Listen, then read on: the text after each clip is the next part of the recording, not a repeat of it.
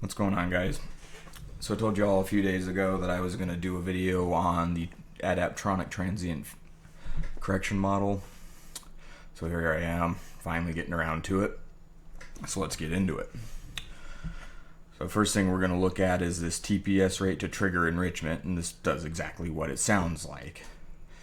It is the percent change per second in throttle position to trigger enrichment. The lower the number here, the more sensitive it is. You can tune this around to trigger enrichment, and the best way I've found to do this is just tune it empirically. Go drive it, change some of these settings. If you're moving throttle and you get lean spikes and you can't get it to enrich, lower number in whatever cell you need to do. And if it's too sensitive, you're moving throttle and it's just enriching and you can't get it to lean out, well, you probably got it too sensitive. All right. Next thing we'll look at is the predicted map, and this seems to be the one that has the most contention. So what we've got going on here is the pressure inside of your intake manifold isn't actually constant. It fluctuates with the pulses of your intake port or your intake valve or whatever kind of engine configuration you have. And we average this over a certain window. For this particular engine, this is a 13B rotary, we're averaging the map signal over a 180-degree cycle of the eccentric shaft. So what does that mean? Well, that means that we're going to have a little bit of a delay in between when we make a change and when that change updates inside of the ECU. So we need to predict the map value for a throttle change. So if we're sitting here at idle, let's say for my engine I idle around 1400, I'm sitting here 0% throttle 1400, and I snap the throttle open to say 30%. Well, that map value could still be stuck down at whatever I have in my base fuel table for, let's say 60 kPa at idle, which is about where my engine idles. It could be sitting there stuck, and I snap it open to 30%, and okay, so now, there's a lot more pressure in the manifold, but the ECU is not paying attention to that. So what do? Well, we predict that value. Now this we have, a 98 kPa prediction.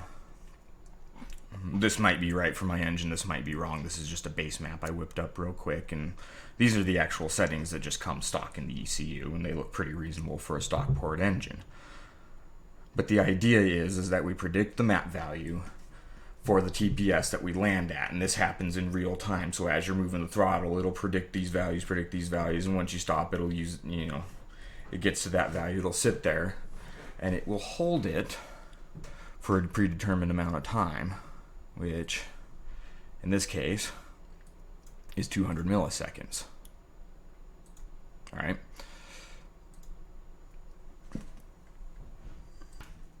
All right, so how do we go about tuning this? Well, there's a few different ways you can do it.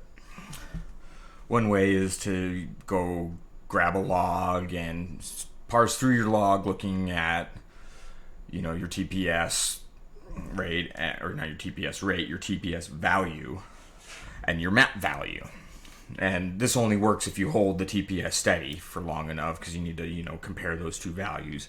The other way to do this is to run logs, especially while you're steady state tuning. That's a really good time to do this. And then use a program like Megalog Viewer to create a histogram of your TPS by RPM, generating your map values. And you'll get this table of map values with a certain hit count. High hit counts are more accurate. And then you use those values to populate this table. If you guys want to see how to actually go about doing that, let me know down in the comments. I'll try to do a video going over how I actually generate the table and use the data. I don't have any on this computer right now, so obviously I can't go over that right at the moment. All right, the next part I want to cover just real briefly is the fuel pooling and evap time portions of this. First, we'll go over the fuel pooling. So what this is a percentage of the fuel that you're injecting is going to condense on your runner walls. And this changes with how warm the engine is and what kind of pressure there is. Warmer the engine is, the less fuel will pool, and the more vacuum there is, the less fuel will pool. Now, this table right here probably isn't all of that good. Realistically, if I were going to set this up, I would set this up something more like this to start with.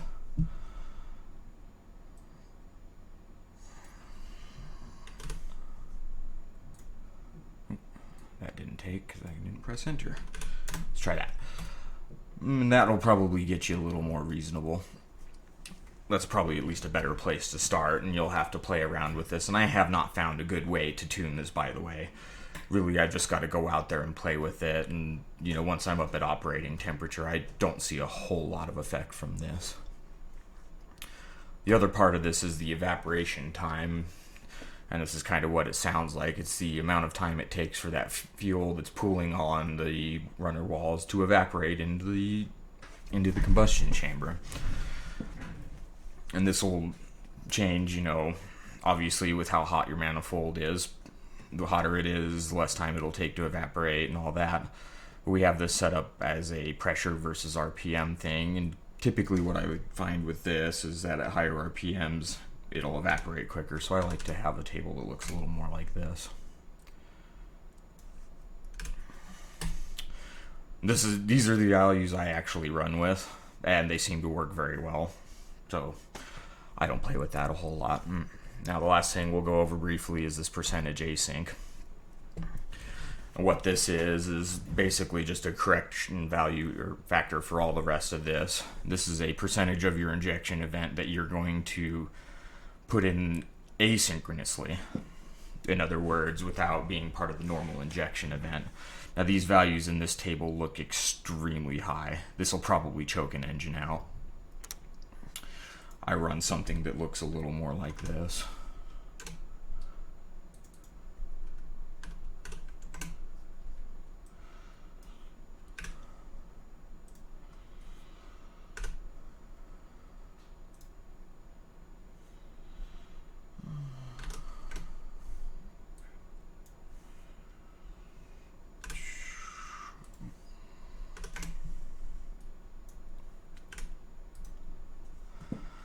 That'll probably get you going pretty good right there, and then you can play with it from there, but that'd be a good place to start.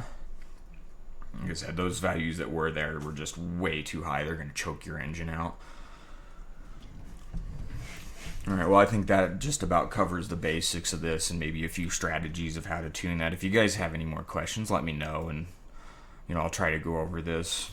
I run the ECU myself in my car, and I have it working pretty damn good. I made 494 on the dyno last year with a turbo that never should have made that much.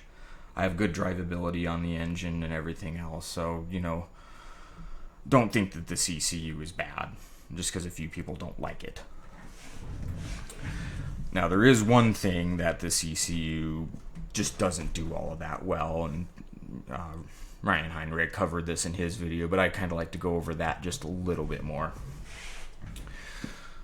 So the main downfall of this ECU is in the output control. So if you're used to something like a Haltech or something like that, well, you can define custom functions for your outputs. Now you can do that in the Adaptronic, but it's a little bit more basic, because you can't define any functions with a 3D table. 3D table looking like, say, your base fuel map. This is a 3D table driving an output. Well, you can't do that with a custom output in the Adaptronic. It just doesn't let you do it. So, if you're defining a output and you want to make a custom function, you get this. So you can set, well, what's your rule? So this one is going on IMAP. And this output will be turned off below 80 kPa absolute, turned off above 400 kPa absolute. And this hysteris, I'm not exactly sure what it does, but I'm guessing that's a plus or minus. Somebody can correct me down in the comments below, I'm sure. Now, as far as like motorsports functions and things like that, there actually is motorsports functions in this ECU. So you have your launch control, anti-lag. I have this set up. This probably works pretty damn good. I think this is about what I have going in my car. And you can drive this by an input. I have this driven by a digital input 4, so you push the switch, arms anti-lag. And, you know, that turns on the rev limiter at this rate. It's going to retard the ignition by this amount when you're on the rev limiter and add 30% fueling. And, you know, obviously you can change these settings to meet your needs. There's also flat shift, traction control, you know, pit lane, speed limiter, all kinds of other stuff, you know. So it's got a decent amount of motorsports functions. If you need more than that, then, well, okay, fair enough. You better go buy a more expensive ECU, because this one's just not going to do it. So I think that about does it for what I wanted to cover in this. You know, if you guys have any other questions or anything else, let me know down in the comments. Thanks for watching.